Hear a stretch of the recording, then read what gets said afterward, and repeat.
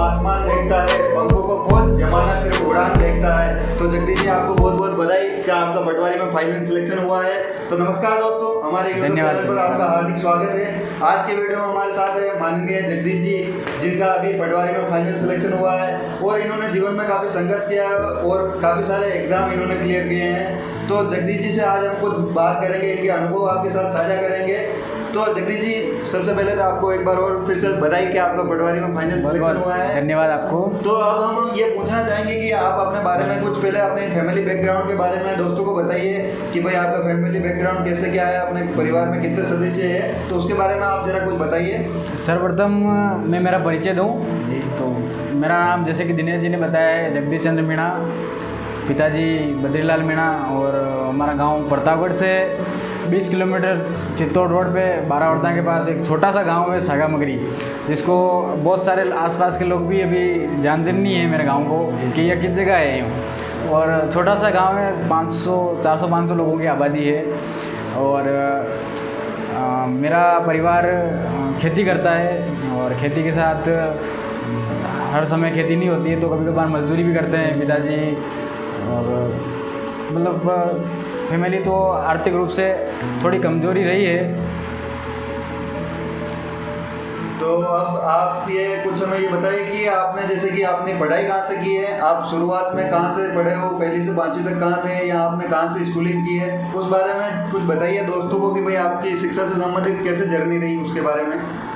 शिक्षा के बारे में अगर मैं बात करूं तो दिनेश जी ऐसा है कि शिक्षा गांव में कोई प्राइवेट स्कूल तो हुआ नहीं करते हैं, अभी भी हमारे क्षेत्र में कोई प्राइवेट स्कूल नहीं है।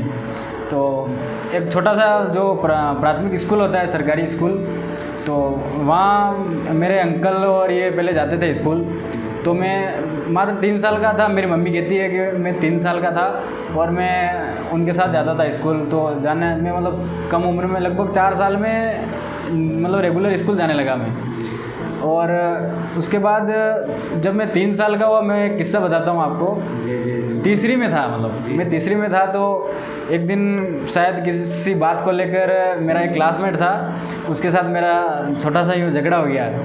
तो दूसरे दिन मैं घर से बैग लेके गया तो एक तालाब की पाल थी, उस तालाब के पाल के वहीं बैठ के और बच्चे और सर वगैरह सब आ गए थे और मैं वहीं से, मेरा मूड नहीं था स्कूल जाने का क्योंकि उस दिन लड़ाई झगड़ा हो गया था, तो सर ने मारा था मेरे को, तो मेरा मूड नहीं था, तो मैं गया नहीं स्कूल और वापस आया। और मेरी मम्मी खेत पे काम के लिए चली गई थी। देखिए किस प्रकार ये अपनी स्टोरी बता रहे हैं, जैसे पढ़ने में मन नहीं था और आज इतनी बड़ी सफलता हासिल की है। तो आप इनकी कहानी सुनिएगा।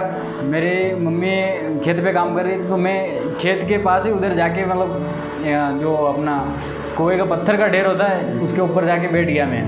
तो मेरी मम्मी ने देखा यार आज स्कूल नहीं गया, तो मेरी मम्मी आई, फिर क्या हुआ, मैंने कहा, मैं रोने लगा, मैंने कहा मैं नहीं जाऊँगा स्कूल नहीं। तो फिर मेरी मम्मी मेरे को पहले समझाया, मैंने मेरे को समझाया, लेकिन मैंने कहा, मैंने जिद पकड़ ली, मतलब बच्चे होते हैं, जिद्दी होते हैं बच्चे, तो मैंने जिद पकड़ ली, मैं नहीं जाऊँगा स्कूल, वहाँ सर मारते हैं। तो फिर मम्मी ने मेरे को मारा, मारते मारते ठेठ स्कूल लेके गए। अच्छे से धुले हुए हैं जगदीश जी, बिल्कुल। एक इतना सा उनके पास डंडा था, जो उस डंडे से मारते मारते मेरे को स्कूल लेके गए।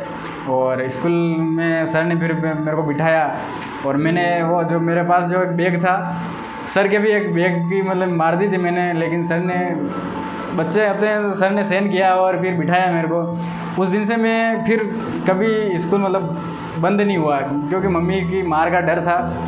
और तो जैसा कि आपको पता होगा कि मार जरूरी है, जगदीश जी भी एक मार के डर से आज इस सफलता तक पहुंचे हो, तो कहीं ना कहीं इनके पीछे उस मार का भी इनको फ़ायदा ही मिला है, जिस वजह से आप ये इस सफलता के मुकाम पर पहुंचे हैं, आज ये सफल हो गए हैं। तो उसका कोई इन्हें अफसोस नहीं है और खुशी है इन्हें कि मम्मी की मार से आज इतने बड़े सफल इंसान बने हैं। तो जगदीश जी, अब आप अपने बारे में ये बताइए कि आप किस किस एग्ज़ाम की आपने तैयारी की है और अभी तक आपने किस किस एग्ज़ाम में सफलताएं हासिल की है। देखो, जब 12वीं के बाद जब प्रतापगढ़ आए हम गवर्नमेंट पीजी कॉलेज में मैंने एडमिशन लिया, तो इसके बाद क्या हुआ कि पहले तो इतना यूँ था नहीं, किसी से कोई मार्गदर्शक भी नहीं था। तो फर्स्ट ईयर सेकंड ईयर तो ऐसे निकल गया, और सेकंड ईयर के जो एग्ज़ाम हुए मेरे कॉलेज के, उसके बाद मैं गुजरात काम पे गया। मैं फैक्ट्री में काम पे गया, 2 महीने काम किया, लगभग 10 से 12 हज़ार कुछ मैं लेके आया वहाँ से। और उस समय मैंने सोच लिया था कि उस समय मतलब 2015 वाली पटवारी की भर्ती आई हुई थी, तो मैं पटवारी की तैयारी करूँगा। तो मैंने आके वो पैसे पटवारी की कोचिंग के लिए मैंने दिए कोचिंग पे, और पटवारी की कोचिंग की, तो उस समय से थोड़ा बेस बन गया था मेरा। और उसके बाद उस समय पटवारी प्री निकला मेरा, लेकिन कुछ मेरी कमजोरियां रही, उसके कारण मेंस भी नहीं हो पाया था। और वन रक्षक का एग्ज़ाम क्लियर किया मैंने। उसके बाद निरंतर मैंने एलडीसी का किया, और 3 बार कांस्टेबल का कर चुका हूँ मैं, लेकिन फिज़िकल क्वालिफाई नहीं हो पाता है, हर बार लास्ट में मेरिट में रह जाता था। कुछ कमियां सब लोगों में होती है, लेकिन उससे मैं कभी यूँ निराश नहीं हुआ, क्योंकि लोग कहते हैं कि मतलब गांव में ऐसे कहते हैं लोग कि आप शायद आपकी किस्मत नहीं है, इस तरह की बातें करते हैं। लेकिन उन चीज़ों को मैंने हमेशा से इग्नोर किया। मैंने कहा कि ये जो भाग्य किस्मत वगैरह कुछ नहीं होता है, अगर अपन मतलब तैयारी कर रहे हैं ईमानदारी से, एक ना एक दिन अपन मुकाम को हासिल करेंगे। जिनके हाथ नहीं होते हैं भविष्य तो उनका ही होता है, जिनके हाथ की लकीरें नहीं होती है तो भाग्य तो उनका ही होता है, वो भी सफलता हासिल करते हैं। तो इन पुरानी बातों पर आप इतना ध्यान ना दें और अपनी मेहनत पर फोकस करें, क्योंकि मेहनत करने वाला जरूर सफल होता है। ये हाथ की लकीरों में कुछ नहीं रखा है, आप मेहनत करो, एक दिन जरूर सफल होगे। तो जगदीश जी, मैं ये जानना चाहता हूँ कि जैसे कि आपकी स्कूलिंग जो हुई है वो नवोदय से हुई है, तो आप कुछ नवोदय के बारे में बताइए, वहाँ की शिक्षा के बारे में बताइए, किस प्रकार की शिक्षा वगैरह है वहाँ पर बच्चों को, और आप अपने बच्चों को वहाँ अगर मौका मिलता है पढ़ने का तो वहाँ भेजना चाहोगे या नहीं भेजना चाहोगे? जैसे कि नवोदय विद्यालय की आप बात की, तो नवोदय विद्यालय तो एक है ही एक स्वर्ग है, और हमने वहाँ 7 साल बिताए हैं, तो पता ही है आपको। और नवोदय जैसे ही मतलब 5वीं के बाद 6ठी में नवोदय में हमने एडमिशन लिया, तो पहले तो यूँ लगा था कि शायद कहीं जेल में आ गए। उस समय मैं 9 साल का था, तो ऐसा लगा कि यार कहीं गांव से कहीं दूर आ गया है यार, पता नहीं अब क्या होगा। लेकिन धीरे धीरे सब क्लासमेट से दोस्ती हुई, और धीरे धीरे फिर लास्ट तक 12वीं तक आते आते तो यूँ होने लगा कि अब इसको छोड़ के कैसे जाएँ यूँ। तो और वहाँ की शिक्षा तो इतनी अच्छी है, मतलब इंडिया में नवोदय का रिजल्ट सबसे फर्स्ट पे आता है, आपको पता ही है। तो शिक्षा तो बहुत अच्छी है यहाँ के, मतलब सारे प्राइवेट स्कूल को एक साइड रख लो और नवोदय विद्यालय को एक साइड रख लो। तो आप अपने बच्चे को वहाँ पढ़ाना चाहेंगे या इस बारे में? बिल्कुल, भविष्य में अपने बच्चों को और जितने भी अपने रिश्तेदार हैं, पड़ोसी हैं, जो भी हैं अपने परिचित, उनको मैं यही कहूँगा कि अपने बच्चों को 5वीं के बाद नवोदय की तैयारी करवाएं, प्रवेश परीक्षा की, उसके बाद नवोदय विद्यालय में एडमिशन करवाएं। काफ़ी अच्छी शिक्षा है, और नवोदय विद्यालय से पढ़े हुए लोग बहुत अच्छी अच्छी पोस्टों पर नौकरी कर रहे हैं अभी। तो आप जो इस मुकाम में पहुंचे हो, तो उसके पीछे कुछ नवोदय का भी आपको लगता है कि कुछ साथ रहा है, या नवोदय के बैकग्राउंड का आपके ऊपर कुछ प्रभाव पड़ा है? नवोदय का तो मेरा जैसे नवोदय का सिलेक्शन ही एक मेरी ज़िंदगी का एक अहम मोड़ था, और ये जितना भी मैं आज शायद मैं कह पाऊँ कि मैं जो हूँ मतलब नवोदय की वजह से ही हूँ।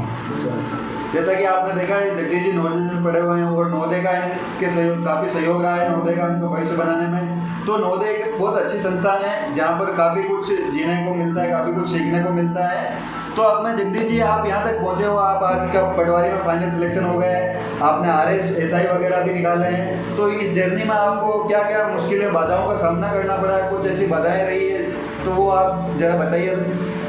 देखो, जब कोई भी अपने एक मंजिल फिक्स करते हैं तो वहाँ तक जाने के लिए बाधाएं तो आती है, और बाधाएं ऐसा नहीं है कि पढ़ाई मतलब इस नौकरी के मामले में, मतलब हर अगर बिजनेस भी स्टार्ट करेंगे तो बाधाएं आएगी, कुछ ना कुछ मतलब जो भी अपन मंजिल के लिए जब कदम रखेंगे तो बाधाएं तो आनी है। लेकिन मैं तो ये कहना चाहता हूँ कि बाधाओं से अपन को प्रेरित होना चाहिए, और मेरे सामने भी बहुत बाधाएं आई, आर्थिक रूप से, सामाजिक रूप से, मतलब आर्थिक रूप से कई ज़्यादा बाधाएं आई। गरीब परिवार की और सबसे बड़ी समस्या मेरे हमेशा से जो मेरे मित्र रहे हैं, मेरे आसपास के जितने भी मित्र, अच्छे मित्र हैं मेरे, उन मित्रों का हमेशा से मेरा मतलब सहयोग रहा है। उन्होंने बस यूँ कहा है कि जगदीश तू पढ़, कोई भी ज़रूरत हो तो हम है ना यूँ, और आधी रात में भी उन लोगों ने मेरे अच्छा सहयोग किया। कहते हैं कि अगर आप सही ट्रैक पर चल रहे हो तो सब आपका साथ देते हैं, इसी प्रकार जगदीश जी का भी लोगों ने साथ दिया है। तो बताइए और कुछ। तो यूँ ही मित्र मतलब अगर अपन सही रास्ते पे हैं तो अपने मित्र और रिश्तेदार हैं, घर वाले हैं, सब अपना सपोर्ट करेंगे। गलत ट्रैक पर अगर अपन चल रहे हैं तो अपना जो खास होगा वो भी अपन से मुंह फेर लेगा। वो किसी चीज़ को अगर तुम दिल से चाहो तो सारी कायनात उसे तुमसे मिलाने में जुट जाती है। ये बात सही प्रभु हुई जगदीश जी के साथ। इन्होंने मंजिल की ओर बढ़ा और मन से सरकारी नौकरी की इच्छा और कामना की, मेहनत की, तो आज ये सफल होकर हमारे सामने है। तो जगदीश जी, आप जो अभी लोग बच्चे तैयारी कर रहे हैं, जैसे रीट वगैरह की वैकेंसी आई हुई है, सेकंड ग्रेड फर्स्ट ग्रेड की जो वैकेंसी आई है, उन बच्चों को क्या संदेश देना चाहेगा? जो अभी नई प्रतियोगी परीक्षाओं काफ़ी मतलब भर्तियाँ निकली हुई है अभी, जैसे कि रीट है, फर्स्ट ग्रेड है, सेकंड ग्रेड है, प्रयोगशाला सहायक है। तो सभी से मैं ये कहना चाहूँगा कि सबसे पहले तो किताबों से पहले अपने पास सिलेबस होना ज़रूरी है। सबसे पहले अपना सिलेबस निकालें और अपन वो सिलेबस देखें जिसमें अपन कंफर्टेबल हो, अपन को ये लगे कि ये तो मैं कर लूँगा। उसको एक अपना लक्ष्य फिक्स करें और लगातार एक मतलब उसकी ओर अग्रसर होएं और किताबें भी ऑथेंटिक किताबें पढ़ें। और जैसे कि राजस्थान जीके की हिंदी ग्रंथ अकादमी की किताबें आती है, और रीट के लिए मैंने पेनोरमा पढ़ी थी, मेरे 134 नंबर थे रीट में। कि हाँ, हमने सुना है कि जगदीश जी ने जो पिछली रीट थी उस सेकंड लेवल में अच्छा स्कोर किया है इन्होंने, इनके 134 नंबर थे। तो किस प्रकार आपने उस जर्नी को 134 नंबर कैसे लाया, आप उस बारे में जरा जो रीट की तैयारी करें उन्हें बताइए कि भाई किस प्रकार वो किस तरीके से अगर मेहनत करें तो वो भी मुकाम हासिल कर सकते हैं। इस बारे में आपके बताइए कुछ। देखो, कोई भी एग्ज़ाम हो, ऑथेंटिक किताबें लेना ज़रूरी है और ऑथेंटिक किताबें पढ़ना ज़रूरी है। यानी तो एक्स्ट्रा मटेरियल, इनका कहने का मतलब ये एक्स्ट्रा मटेरियल मत पढ़ो, आप लिमिटेड मटेरियल रखो। एक ही किताब पढ़ा था।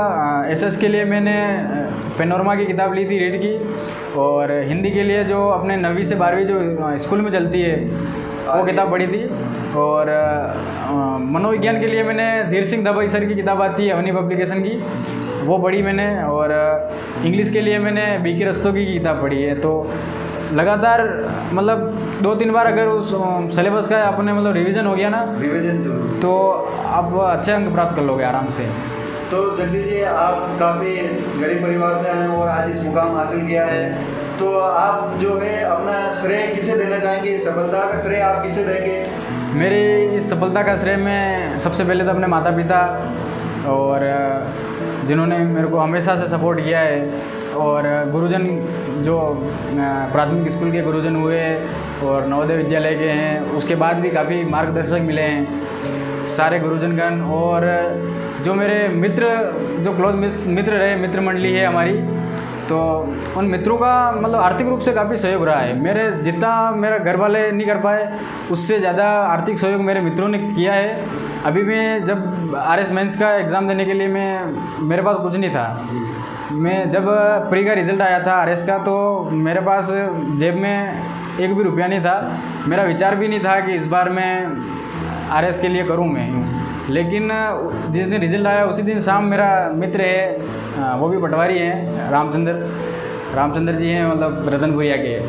तो वो आए और उन्होंने कहा कि देखो, आपको तैयारी के लिए जाना पड़ेगा और जो भी है आर्थिक सहयोग हम सब मिलकर करेंगे। और भी जो हमारे मित्र मंडली है, सब लोगों ने कहा कि मतलब हौसला दिया कि आप जाओ और जितना भी होगा हम करेंगे थोड़ा थोड़ा यहीं करके। तो लगभग 70 से 80 हज़ार रुपये जो खर्च हुए, मैं 3-4 महीने मतलब जयपुर रहा, तो सारा मेरे दोस्तों ने सहयोग किया मेरा। तो दोस्तों का श्रेय और माता पिता का बहुत अच्छा रहा मेरे साथ। तो आप कुछ ऐसी मजाकिया बात भी दोस्तों के साथ शेयर करना चाहेंगे जो घटना आपकी ज़िंदगी में घटी हो, कुछ ऐसी जो आप बताना चाहते हो? देखो, घटनाएं तो काफ़ी घटी है हमारे साथ, और हमेशा से मित्रों के साथ रहे हैं। 7-8 साल से मतलब 12वीं के बाद हम प्रतापगढ़ में निवास कर रहा हूँ, तो हमेशा से मित्रों के साथ रहे हैं और काफ़ी सारी घटनाएं हैं। और रोज़ हमारे साथ दोस्तों के साथ घटनाएं रोज़ होती रहती है। तो घटनाएं तो बहुत हैं, अब अगर बताने लग गए तो अब पूरा दिन हो जाएगा। तो जगदीश जी, जैसा कि आपने इनकी कहानी सुनी है, काफ़ी संघर्ष भरा इनका जीवन रहा है और इन्होंने धैर्य के साथ मेहनत की है, और परिवारजनों का और मित्र मंडलियों का भी काफ़ी सहयोग रहा है। तो इससे आप मोटिवेशन लीजिए और इनकी प्रेरणाओं से कुछ सीखिए और अपनी मंजिल की ओर धैर्य के साथ मेहनत कीजिए। एक दिन ज़रूर आप सफल होंगे। वीडियो अच्छा लगा, लाइक शेयर करना। धन्यवाद।